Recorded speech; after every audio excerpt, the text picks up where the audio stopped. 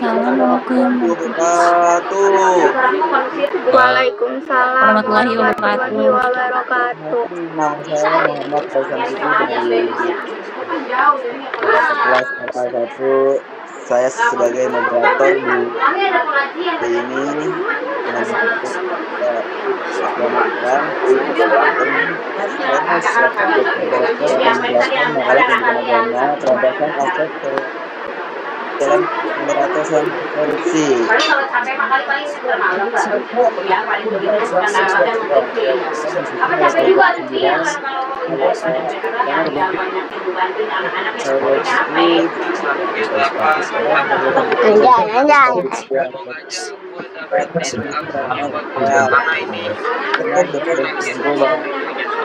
Oke, untuk prosesnya tidak menjanjikan apapun.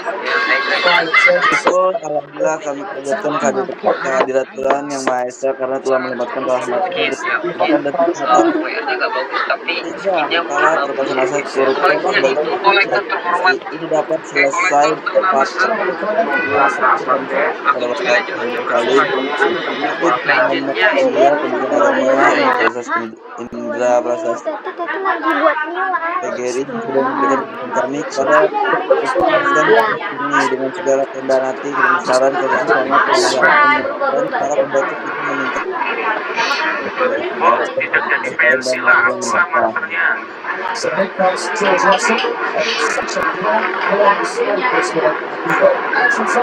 Kalau bulan Jawanya mah udah pasti beda. biasa menghambat pembangunan dan kesejahteraan sosial di Indonesia. Yang pertama dalam pemberantasannya adalah pembukaan kritik nasional dan klasifikasi Jadinya kalau tinggi mobilnya dan itu kami menggunakan Eropa opsi mulai dari membuat perampasan aset yang atau menang aset menang koruptor sebagai jadi kalau instrumen menang perampasan aset baik sebagai tindak tambahan maupun melalui tindakan Sini tuh dah, soalnya suara di luar tuh perekonomian negara dan masyarakat.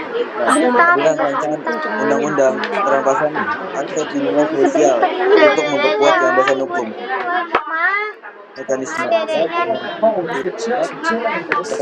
hasil karena korupsi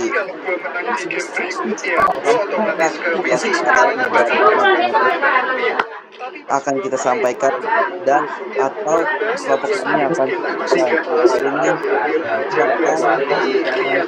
yang akan menjelaskan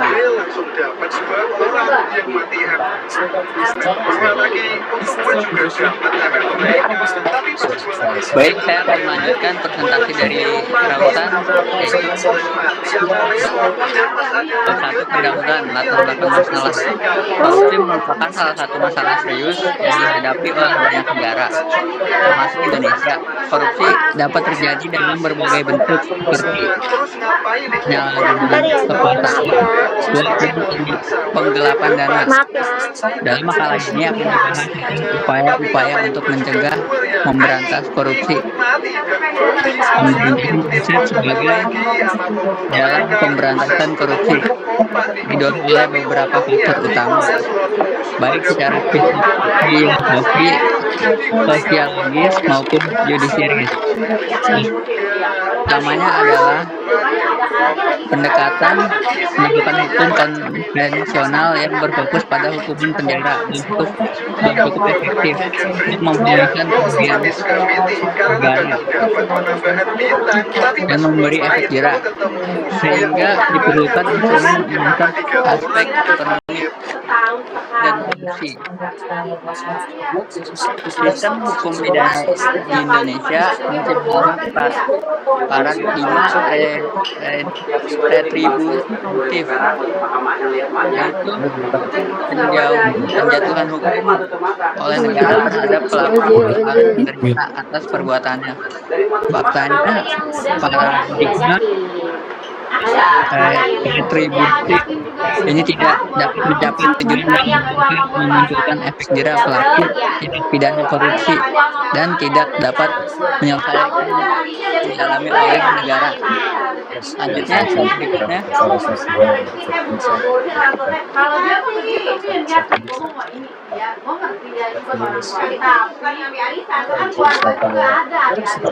Menurut laporan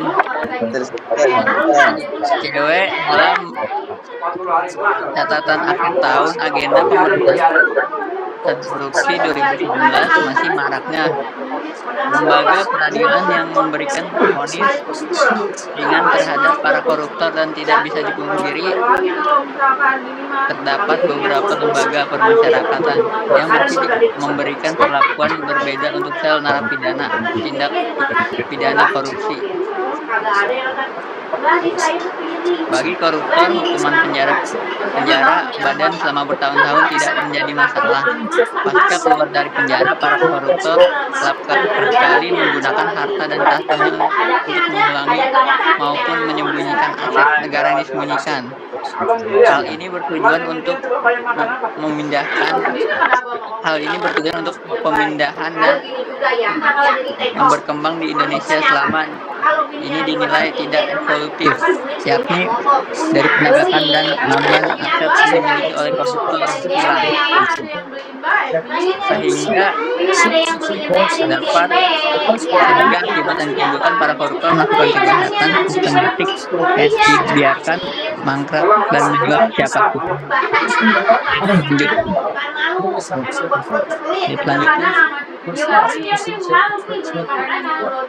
Selanjutnya yaitu rumusan masalah.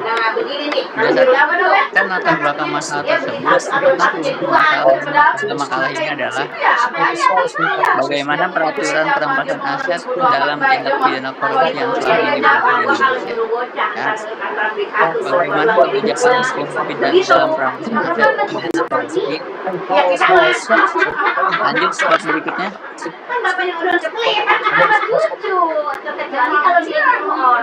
Yaitu tentang kajian teori.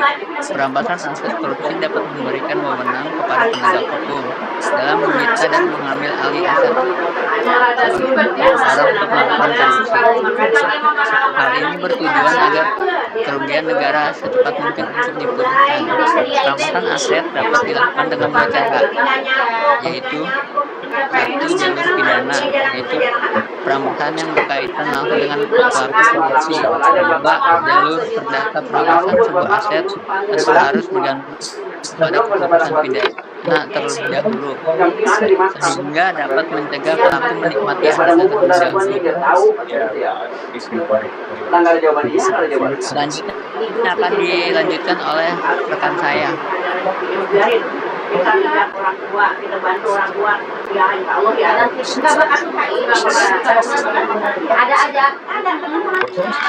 Oke, jadi saya akan lanjutkan bab 3 tentang metodologi penelitian. Jadi metodologi penelitian itu memakai pendekatan yuridis, normatis, empiris, yaitu menggabungkan kajian aturan hukum dengan fakta di lapangan.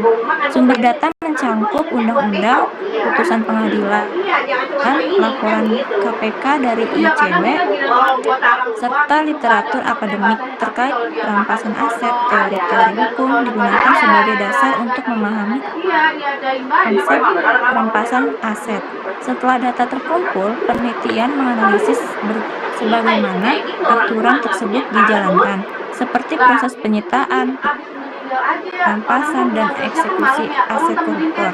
Penelitian juga menilai efektivitas penerapannya dan mengidentifikasi kendala yang sering muncul, misalnya keterbatasan instrumen hukum, lambatnya prosedur, dan kurangnya pemahaman aparat.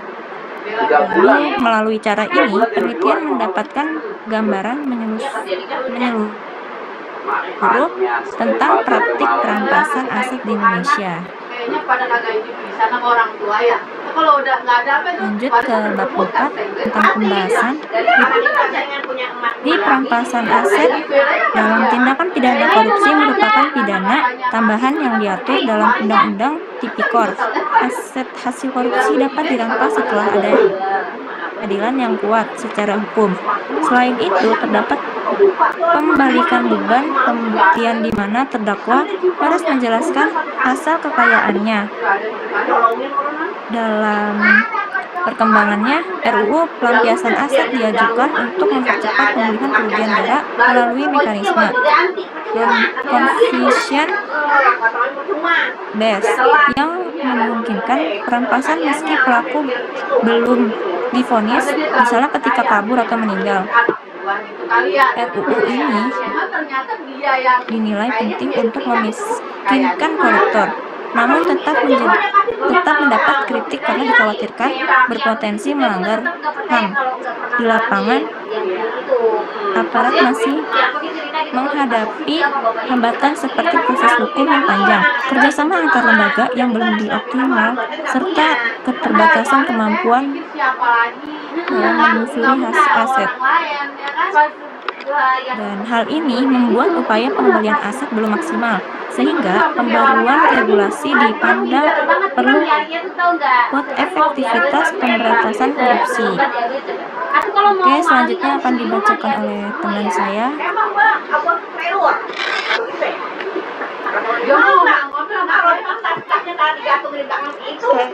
Selanjutnya, bab 5 ada solusi. Solusi utama untuk masalah perampasan aset sebagai jalan pemberantasan korupsi di Indonesia adalah melalui pengesahan dan implementasi efektif rancangan undang-undang, yaitu dengan ketentuan yang pertama ada pengesahan rancangan undang-undang perampasan aset. Tindakan paling mendesak adalah mengesahkan RUU perampasan aset menjadi undang-undang yang mengikat, yaitu tujuannya untuk memiskinkan koruptor, pemulihan kerugian negara. Yang kedua, ada penerapan pendekatan non-conviction based atau NCB. RUU perampasan aset mengusung pendekatan non-conviction based asset forfeiture, yang berarti aset dapat dirampas tanpa harus menunggu vonis pidana terhadap pelakunya dalam kasus-kasus tertentu. Misalnya, jika tersangka meninggal, melarikan diri, atau tidak diketahui keberadaannya.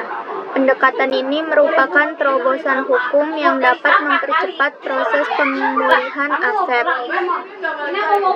Next. Yang ketiga, ada penguatan aspek hukum dan kelembagaan. Agar efektif, beberapa langkah penguatan ini diperlukan. Yang pertama ada landasan hukum yang kuat. Undang-undang yang disahkan harus memberikan dasar hukum yang jelas dan kuat bagi aparat penegak hukum untuk melakukan penyitaan dan perampasan aset. Yang kedua, itu ada kejelasan pengelolaan aset. Perlu dibentuk unit atau lembaga khusus yang profesional, transparan, dan akuntabel untuk mengelola aset sitaan dan rampasan, seperti misalnya Lembaga Direktorat Jenderal Kekayaan Negara.